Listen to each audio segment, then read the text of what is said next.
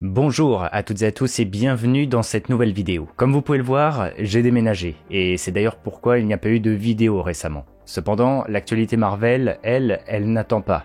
Et à peine installée, voilà qu'une énorme annonce vient d'avoir lieu. Avengers Doomsday, le prochain énorme crossover de l'univers Marvel, prévu pour mai 2026, est actuellement en production et vient tout juste de commencer son tournage. Et près de 8 mois après l'annonce mémorable du film censé remplacer The Kang Dynasty, additionné au retour de Robert Downey Jr., l'acteur iconique d'Iron Man dans la peau du gigantesque Dr Doom, Marvel Studios, ce mercredi 26 mars, a profité de l'occasion pour lancer un live dans le but de nous présenter le casting du film, réunissant tous les acteurs et actrices incarnant les grands héros qui vont devoir vivre les événements de Avengers Doomsday.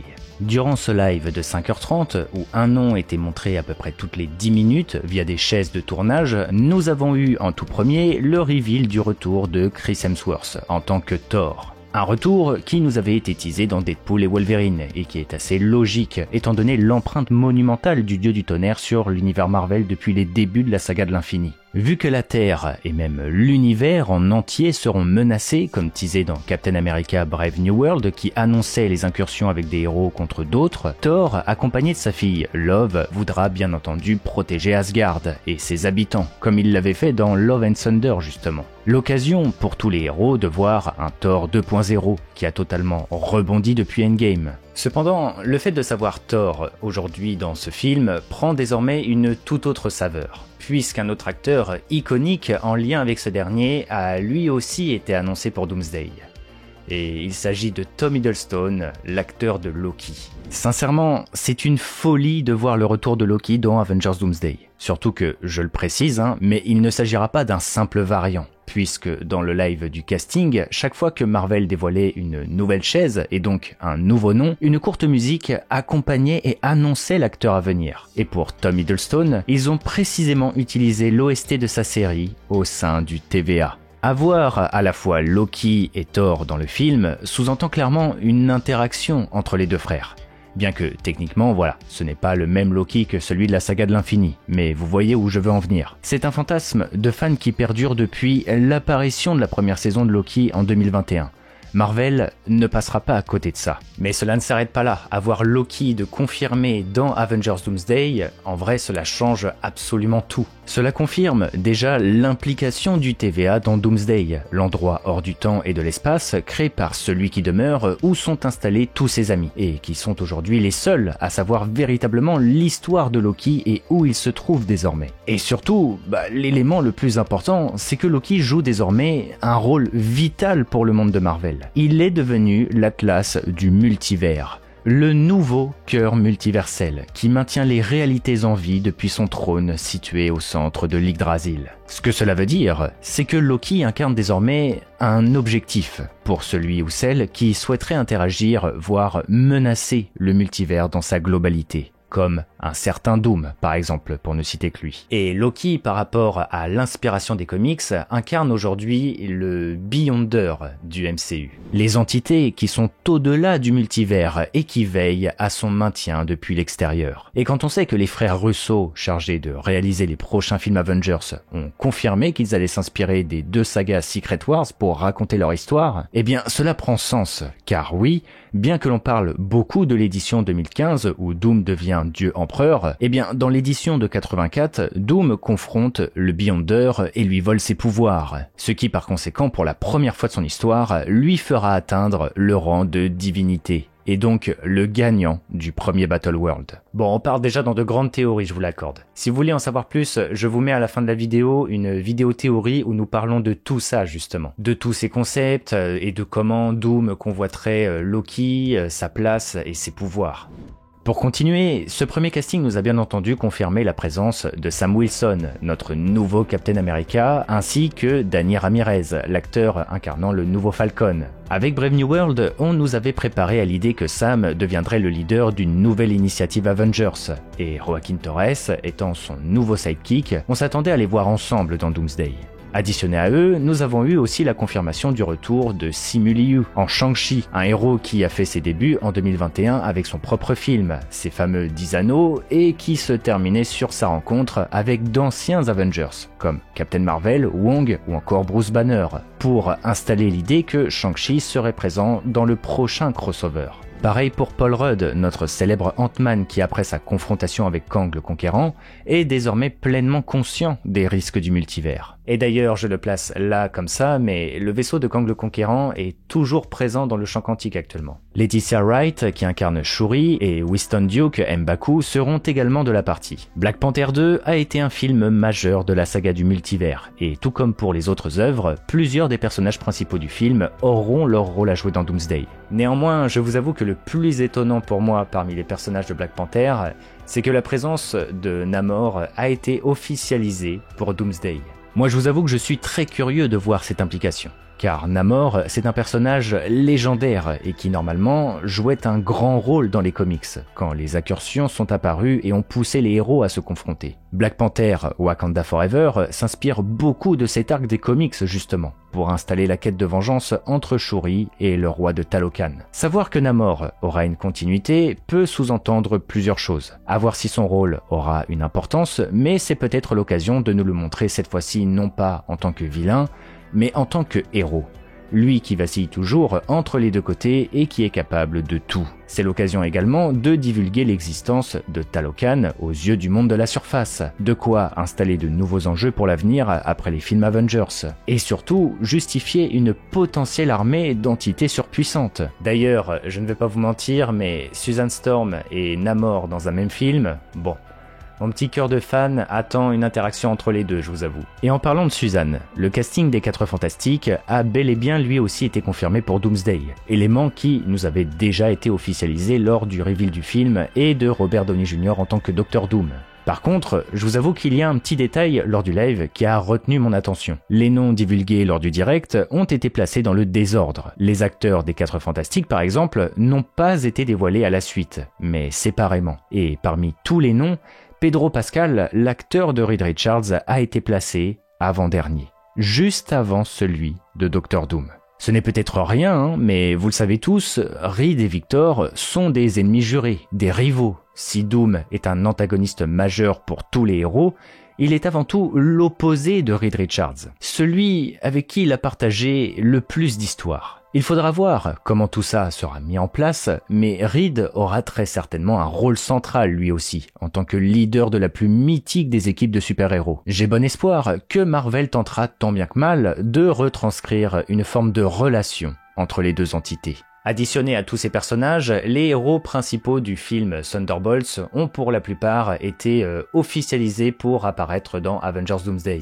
Et élément qui pèse son poids et que je trouve assez surprenant, mais Marvel a en quelque sorte spoilé du coup le contenu de son film avec l'annonce du casting, puisque l'on nous a montré que Florence Pugh, qui incarne Yelena Belova, serait présente. Pareil pour Wyatt Russell, notre US Agent, Sebastian Stan, soit Bucky Barnes, David Harbour pour Red Guardian, ou encore Anna John Kamen pour Ghost.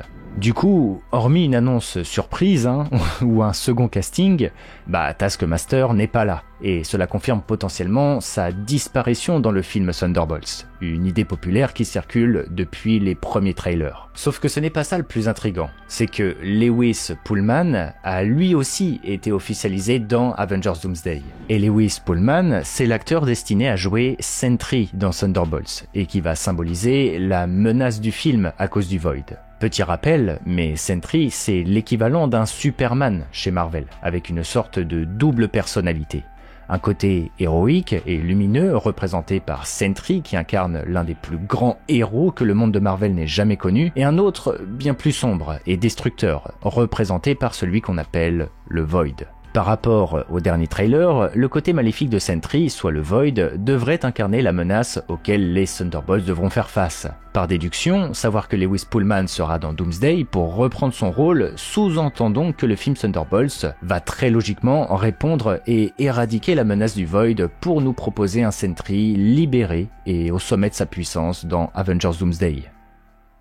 Je profite d'ailleurs de l'occasion pour vous dire que Sentry, c'est vraiment un héros qui est unique, si vous voyez ce que je veux dire. Voilà, j'en dis pas plus. Bref, après avoir parlé des Avengers et des héros les plus attendus, passons désormais de l'autre côté de l'incursion. Marvel, via le casting, nous a fait une révélation phénoménale. Avengers Doomsday, dans le cadre des univers qui entrent en collision, est un film qui va donc nous proposer une terrible confrontation entre les Avengers et les X-Men, puisque parmi les 27 acteurs et actrices confirmés, 7 d'entre eux sont des noms légendaires des vieux films Marvel. C'est probablement le nom qui m'a le plus surpris dans tout ce casting. Ian McKellen, du haut de ses 85 ans, est de retour pour incarner l'iconique Magneto. Patrick Stewart également. Après sa courte apparition dans Doctor Strange in the Multiverse of Madness, il revient dans Doomsday pour jouer un autre variant de Charles Xavier. James Marsden est lui aussi de retour pour reprendre son rôle de Cyclope. Pareil pour Mystique, Diablo alias Nightcrawler et le Fauve joué par Kelsey Grammer. Et cerise sur le gâteau, Channing Tatum revient lui aussi pour jouer Gambit. Comment tout ceci peut se mettre en place ? Eh bien, je vais vous partager ma vision. Déjà, nous savons qu'après la saga du multivers, et donc Avengers Doomsday et Secret Wars, Marvel souhaite installer une saga plus orientée mutant, avec l'avènement de nouveaux X-Men. Avec le contexte d'incursion qui oppose deux réalités du multivers, c'est l'occasion pour Marvel d'installer les premiers pions de la nouvelle ère qui arrive, comme ils avaient fait avec Loki par exemple, qui s'échappe avec le Tesseract dans Endgame, créant une nouvelle branche et teasant donc le multivers plus sa série. La confrontation avec les X-Men va permettre également aux nouvelles générations d'appréhender ces personnages iconiques du monde des mutants pour l'avenir de la saga, comme ils l'ont fait d'ailleurs via Doctor Strange 2, The Marvels et Deadpool et Wolverine. Je suis désolé pour le coup de vieux, mais les premiers films X-Men, c'était il y a déjà quand même plus de 20 ans. Par rapport à ça, je le place là aussi, mais ramener les X-Men iconiques avec leurs acteurs d'origine sous-entend aussi l'idée du coup de one-shot. Doomsday, de par son importance, va symboliser le coup d'éclat ultime pour les personnages de l'univers de la Fox, avant de laisser place définitivement à la nouvelle génération. Maintenant, en termes de cohérence, Doomsday, comme l'avaient déclaré les frères Russo, les réalisateurs du film, a pour objectif de proposer un tronc central à cette saga du multivers, qui a intégré et présenté beaucoup de nouveaux concepts, de personnages, et qui s'est éparpillé sans trame principale. Ce que je veux dire avec ça, c'est que malgré la nouveauté et le retour de personnages encore inconnus pour le MCU, les frères Russo vont piocher et reprendre dans tout ce qui a déjà été installé pour justifier ce que nous allons voir. D'après moi, mais je suis très curieux de voir vos avis là-dessus, la présence des X-Men se justifierait de par l'univers présenté dans The Marvels. Et la raison principale qui explique cela est la présence du Fauve joué par Kelsey Grammer, qui nous a été montré dans la scène post-générique du film et qui est officialisé pour revenir aussi dans Doomsday. Nous savons peu de choses de ce monde, dans lequel Monica Rambeau a d'ailleurs atterri. Certains le suspectent même d'être le 10005, le monde de Deadpool et Wolverine. Mais de ce que nous savons véritablement, c'est que c'est au moins un univers dans lequel existent les X-Men.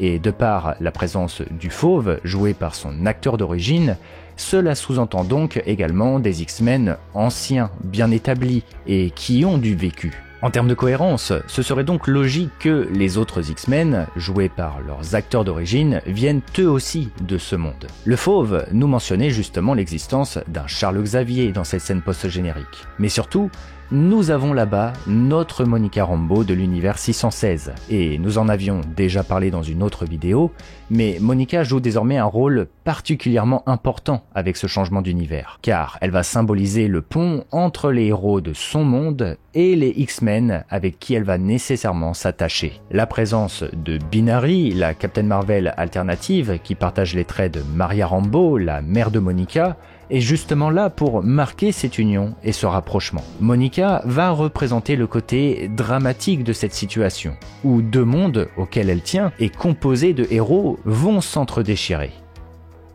Concernant Channing Tatum en Gambit, ce dernier est là pour représenter et marquer la continuité de Deadpool et Wolverine d'après moi. Il y avait d'ailleurs dans le film une scène post-crédit qui a été supprimée, où nous le voyons survivre dans le néant de la fin des temps avant qu'un portail des arts mystiques vienne le libérer de cette prison. Scène qui est d'ailleurs présente dans l'un des écrans du TVA, dans la scène post-générique officielle montrant Deadpool. Il faut voir si Marvel prendrait finalement en compte cette scène, mais dans tous les cas, à la fin du film, Deadpool avait fait émerger l'initiative que plusieurs variants du néant de la fin des temps ne méritaient pas de finir oubliés dans cet endroit, ce qui a résulté le retour de X-23 par la TVA dans l'univers 10005, entre autres, et il est clair qu'elle n'était pas la seule. Ce Gambit pourrait symboliser du coup, comme Loki, un marqueur de lien avec le TVA dans Doomsday, ou du moins simplement, il pourrait se situer dans l'univers de Deadpool. Et étant donné qu'il est le seul protagoniste de Deadpool et Wolverine actuellement présent dans le casting de Avengers Doomsday, il se pourrait bien qu'avec Channing Tatum, Marvel vient de nous installer un petit teasing pour nous dire « Ok, attendez-vous à voir d'autres personnages, à voir Deadpool et Wolverine arriver eux aussi. » Car oui, bien que ce casting comporte 27 personnages et souhaite nous faire passer le message d'un Avengers versus X-Men, vous vous demandez très certainement où sont passés du coup Doctor Strange, Monica Rambeau justement comme on en parlait, Hulk ou encore pourquoi pas Spider-Man. Eh bien, rassurez-vous, Marvel a bien évidemment tout prévu. Sous leur publication Instagram, Robert Downey Jr. a lui-même réagi. Je cite, « C'est ce qu'on appelle un vivier de talent, une rangée plutôt, une extra longue même. On doit être arrivé au bout là, non ?» Ce à quoi Marvel Studios a répondu, « Il y a toujours une autre salle pour accueillir plus de chaises. » Attendons-nous donc à avoir la présence d'autres personnages légendaires et les héros manquant à l'appel. Doctor Strange par exemple est primordial pour cette fin de saga, surtout après avoir découvert les conséquences des incursions, et qu'il soit le premier au courant de celles qui arrivent par le biais de Cléa. On attend aussi d'en savoir plus sur le cas de Wanda, notre Scarlet Witch. C'est d'ailleurs une vidéo que je suis en train de vous préparer actuellement. Et je vous avoue que bon, j'aimerais quand même beaucoup la voir interagir avec Magneto. Spider-Man sera lui aussi une entité principale, et faut le dire, avec l'ouverture proposée par No Way Home avec Venom, cela va être le moment de le relier au symbiote. C'est précisément dans le Secret Wars de 84 que Venom a vu le jour et qu'il s'est attaché pour la première fois à Peter. Bref, s'il y a vraiment une autre salle pour accueillir plus de chaises et donc plus de personnages, il y a quand même de grandes chances que nous atteignions plus de 50 personnages avec Avengers Doomsday. Et tout comme le dit Marvel dans sa communication, tout mène à Doctor Doom, l'antagoniste convaincu d'être le héros de sa propre histoire. Au milieu des incursions et de la confrontation des Avengers contre les X-Men, Doctor Doom émergera comme le personnage principal, celui qui va tout changer. On le reprécise, mais ce n'est pas un hasard s'il a le visage de Robert Downey Jr. Je vous fais part un petit peu de mes premières impressions, mais avec ce qu'on a là et ce que l'on sait, je vois bien le film découpé entre le combat terrible de deux univers opposant les Avengers contre les X-Men, tandis que Doom commence à prêter attention au TVA, et donc l'histoire et le rôle de Loki au sein du multivers. Mais voilà, si vous voulez en savoir plus, je vous invite à voir la vidéo que je vous mentionnais auparavant qui détaille beaucoup plus cette piste. Je terminerai sur une folle supposition. Étant donné qu'une autre annonce de casting se profile du coup avec d'autres personnages, dans cette ambiance de confrontation entre équipes et univers, est-ce que ce ne serait pas là un message subliminal pour marquer la présence d'un Civil War 2.0 techniquement ? Dans le sens, le premier casting contre le deuxième. Bon, j'avoue, je commence à partir un petit peu loin. Mais c'est à vous désormais de me dire ce que vous en pensez en commentaire. Je suis très heureux de vous avoir fait cette vidéo sur ce casting qui vraiment promet beaucoup de choses. J'ai vraiment très hâte de voir Doomsday. Et là, la communication de Marvel ne fait que commencer. On va en avoir des informations et des teasings tout le long de l'année. Et vous pouvez compter sur moi pour les traiter sur la chaîne. N'hésitez surtout pas à vous abonner à la chaîne pour ne pas louper les prochaines vidéos et à laisser le petit pouce bleu du soutien. Je vous remercie de m'avoir regardé jusqu'au bout. Si Avengers Doomsday est un sujet qui vous intéresse et que vous voulez en savoir plus, je vous laisse avec ces deux vidéos qui détaillent et apportent d'autres théories qui viennent compléter cette vidéo. Voilà, les amis, c'était Argorok. Allez, je vous dis à très bientôt.